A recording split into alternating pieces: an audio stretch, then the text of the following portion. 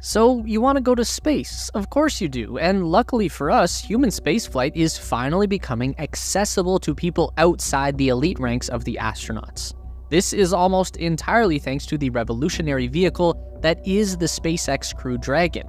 There has never before been an easier, more convenient, or cheaper way to put human beings into outer space. And I mean real space, not that Virgin Blue Origin little hop over the line of technicality. We are going to orbit, friends, and this is what it's going to be like. This is the space race. Let's meet our chariot to the gods, the SpaceX Dragon capsule. This goes back to the very early days of SpaceX and was one of the first products they developed alongside the Falcon 9. Version 1 of the Dragon capsule began operation in 2010 as a supply ship for the ISS and flew 23 cargo missions over 10 years. This proven success and reliability led SpaceX to develop Dragon 2 in 2014 with support from the NASA Commercial Crew program. Dragon 2 completed its first demo flight in 2019, and on May 30th, 2020, became the first American rocket to fly a crew into orbit since the Space Shuttle. Actually, Dragon was the first US-made crew-rated space capsule since the Apollo program, so this was a much-needed vehicle. Unlike those old Apollo capsules that were cramped, industrial, and confronted astronauts with a dashboard full of esoteric lights, switches, and meters that they could never fully understand, the Dragon is sleek and modern both inside and out. The capsule itself is 16 feet tall by 13 feet wide, and it sits on top of the trunk section, which adds another 12 feet in length. This is the main source of power for the Dragon and also serves as a literal trunk for unpressurized cargo. The Dragon has one mechanical hatch located in the tip of the nose cone that reveals either a docking port or a cupola window, depending on the mission profile, and one side door for the crew to enter and exit while on Earth. The exterior of the Dragon is painted in SpaceX white and is perfectly smooth, revealing only a couple of small windows and the various thruster ports. There are two kinds of propulsion on the Dragon. Draco thrusters are grouped into small clusters all around the capsule, with nozzles pointing out at different angles. There are 16 of them in total, and this is how SpaceX maneuvers the vehicle and controls orbital altitude. Each thruster is a tiny rocket engine that uses hypergolic propellant, which means two chemicals that self-combust on contact are combined in the thrust chamber to generate force. Super Dracos are the capsule's main engines. They are concealed inside the 4 large ridges that surround the Dragon with 2 engines per ridge. These are high-thrust hypergolic rocket engines that are around 200 times more powerful than the maneuvering thrusters. Super Dracos are also capable of deep throttling control.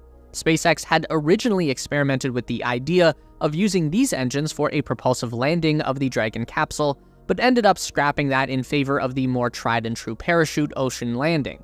Now, ideally, we don't want to see these Super Draco engines in action during our flight. These are abort system engines, and their only job is to get the crew as far away from the rocket booster as fast as possible before something explodes. This is why the trunk section is fitted with aerodynamic fins. They obviously don't serve any purpose in space, and the Falcon 9 doesn't need them for launch. Those fins are to keep the Dragon stable in the event that it has to fly through the air on its own. Inside the Dragon is where things get even more unconventional. The interior volume is huge by space capsule standards, with 9.3 cubic meters of pressurized volume and can seat 4 passengers comfortably. By comparison, the currently used Russian Soyuz vehicle has just around 4 cubic meters of habitable space in its descent module and carries 3 people max. Ahead of the crew is a simple layout of 3 large touchscreen monitors, and that's it. No analog controls, and that's because as a modern spacecraft, Dragon flies fully autonomously, and if there is any need for manual input, it's done remotely by the ground crew, not the passengers. This makes perfect sense, but even the Boeing Starliner that was developed at the same time as the Crew Dragon still has a giant panel of buttons, switches, and levers, so Dragon is still very unique. Okay, so we know our vehicle, now we need to prepare for launch. It's time to suit up. Each SpaceX crew member is going to receive their own custom-tailored pressure suit and 3D printed helmet. The suit is designed to maintain an Earth-like condition on the inside even in a total vacuum. So that means breathable air, stable temperature, and most importantly, an atmospheric pressure comparable to Earth's sea level. Obviously, we don't want to suffocate, but a pressure loss is a definite worst-case scenario because a lowered ambient pressure will lower the boiling point of water, and eventually your blood will start to vaporize inside your body, so let's not do that. Just like those Super Draco engines, we don't want to actually see these pressure suits do their job, because that means something has gone terribly wrong, but we are happy to have them just in case. Unlike previous flight suits that were bulky and modular, the SpaceX one is thin, flexible, and all one piece, so you just unzip the inseam of the pants and kind of go in from the bottom. All of your communication systems and vital signs monitoring is going to be built into the flight helmet. On the day of the launch, things are going to happen pretty fast. At 3 hours prior to launch, we begin to suit up in the NASA Space Flight Center and get a final technical briefing before the main event. The crew of 4 outfitted in flight suits are then ferried to the launch site in a fleet of Tesla Model X SUVs. The Falcon Wing side doors make it incredibly easy to hop in and out with the suit on. Around 1 hour prior to launch, we take an elevator up 255 feet to the crew access arm of the launch tower. At the top, there's a landline telephone if you want to say any final words to friends and family. Just a reminder that flying to space on a rocket is an incredibly dangerous activity. Next, we traverse the walkway to the awaiting Dragon. The ground crew helps us in through the capsule's side door and secure us down to the seats. The heels of your boots have a clip that secures your legs into the floor so they don't jostle around during launch. The life support tether from your chair plugs into a port on the thigh of your flight suit, and this allows a flow of cooled nitrogen and oxygen to move through your suit, maintaining temperature and air quality. At this point, the flight suit is fully integrated with the Dragon capsule. The onboard computer is monitoring your vital signs and providing a customized life support experience. It's all quite luxurious. At around T-minus 45 minutes, the ground crew is going to bid us all farewell and seal the capsule. Then the crew access arm will retract. Once the arm is clear, we are going into final countdown prep. Visors down on the helmets and secured into the seats, we need to arm the launch escape system. This is one of the very few operations that has to be done from within the capsule. We are going to hear a very loud thump as the hypergolic fuel tanks are primed for the Super Draco engines. If SpaceX detects any kind of anomaly in the Falcon 9 booster on ascent, then those 8 engines will fire up to 16,000 pounds of thrust per nozzle in about 100 milliseconds, and that is going to propel the Dragon away from the rocket at a blistering speed. It's not going to be fun, but the Dragon will travel about half a mile in just 7 seconds. Next up, we are going to begin propellant loading of the Falcon 9. This is unique for SpaceX to fuel the rocket with the crew on board. Typically, it's done the other way around, but there are only 2 other crew-rated rockets in the world right now, so what's typical? From the cockpit, we're actually going to be able to hear the valves opening and the ultra-chilled propellant flowing through the rocket. It's supposedly like a fluttering sound and a low hum. In the meantime, we have our 3 display screens that provide all of the information about the rocket and the status of the flight plan. Basically, everything that you normally see on a SpaceX livestream, plus even more technical data. And then there's the final countdown and liftoff. The 9 Merlin engines at the base of the Block 5 Falcon booster are going to generate about 1.8 million pounds of thrust. After just 30 seconds, the rocket will be traveling 500 kilometers per hour at an altitude of 2 kilometers above sea level. 1 minute into the flight, the rocket will break the sound barrier and reach supersonic speed. Assuming everything goes smooth and we don't need to abort, the next major event comes at around 2 minutes and 30 seconds when the booster engines cut off and we have the first stage separation. Now we are moving at over 6,000 kilometers per hour at an altitude of over 80 kilometers, and the upper stage vacuum engine has kicked on to bring us to orbital velocity. Around 9 minutes into flight, we reach 27,000 kilometers per hour and 200 kilometers of altitude. The second engine has done its job and shuts down. We are now experiencing 0 Gs, and that should be indicated by a floating stuffed animal in the capsule. Assuming we have good orbital insertion, at around 12 minutes, the second stage will separate from the Dragon, and we are simply coasting in space, circling the Earth. After 15 minutes, we can go visors up and unbuckle from the seats to begin free-floating in the capsule. At this point, the flight suits are no longer needed. Thankfully, we're through the most dangerous period for now. At this point, we are looking at one of two mission profiles. If we are on our way to the ISS, then it's going to take about 1 day for the capsule to slowly move into a rendezvous trajectory to meet the station and dock.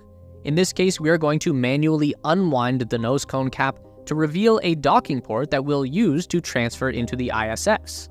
But that's not all the Dragon capsule is being used for these days. We could be some of the lucky few who have taken this vehicle out for a pleasure cruise through low Earth orbit, much like the Inspiration 4 crew as seen in the Netflix documentary series. That mission profile spends around 3 days in orbit, and since the docking port is not going to be necessary, SpaceX outfits the Dragon with a cupola window that is revealed underneath the nose cone, and it's a glass dome that you can fit your whole head inside and see the entire perimeter of the Earth all at the same time. Alright, eventually someone's gonna have to use the space toilet, so let's talk about it. Luckily, this is something that has gotten a lot more dignified over the history of human spaceflight. Alan Shepard, the first American in space, had to pee his own pants in the Mercury capsule. This evolved into a tube that the astronauts would stick their junk into.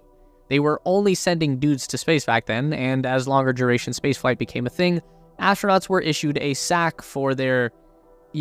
Anyway, that's now evolved into a vacuum suction-powered toilet that was first installed on the Space Shuttle and is also used on the ISS.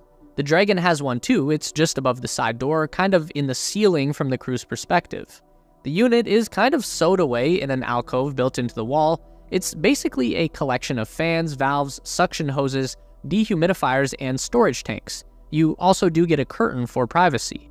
Apparently, the zero-G environment has a pretty immediate and unpredictable effect on your body systems, and astronauts have reported that everybody ends up using the space toilet within a couple of hours into the flight, so you can't just hold it.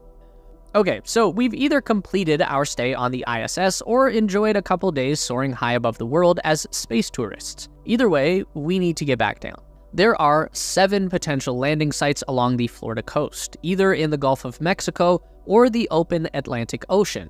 The ground crew is going to determine which landing site is the most optimal according to weather conditions and other safety factors. The SpaceX team at Mission Control is going to begin to gradually move the Dragon into its final orbital trajectory, basically just steadily dropping the perigee, which is the lowest altitude of each orbit, until the Dragon is on course to re-enter the atmosphere.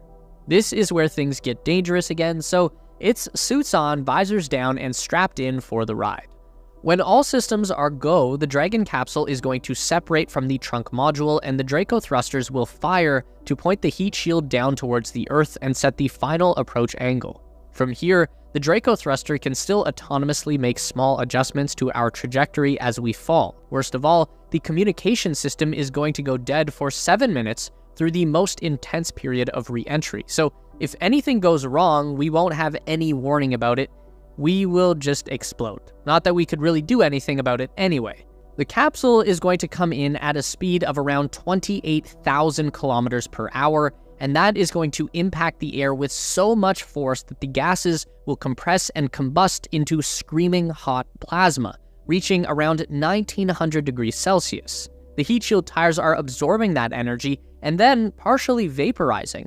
This is what's called an ablative heat shield. By having the outer layer of the tiles purposefully erode away, they are moving heat buildup away from the capsule. We are going to remain at a pretty comfortable temperature inside the flight suit, with the capsule life support system flowing cooled air through the umbilical connection that is then distributed throughout the suit. The resistance from the atmosphere is going to slow the Dragon down to just 560 kilometers per hour, which is going to exert a force of between 4 and 5 times the force of Earth's gravity on the crew inside. We are going down back first, so it's not going to feel like whiplash in a car. We'll be pushed into the seat just like at liftoff. Once the fire has dissipated, the communication system is going to come back online, and the ground crew is going to let us know to prepare for chute deployment. First, 2 drogue chutes go for the initial slowdown, and those are followed by 4 main chutes, and that brings the speed down to just 24 kilometers per hour before splashdown.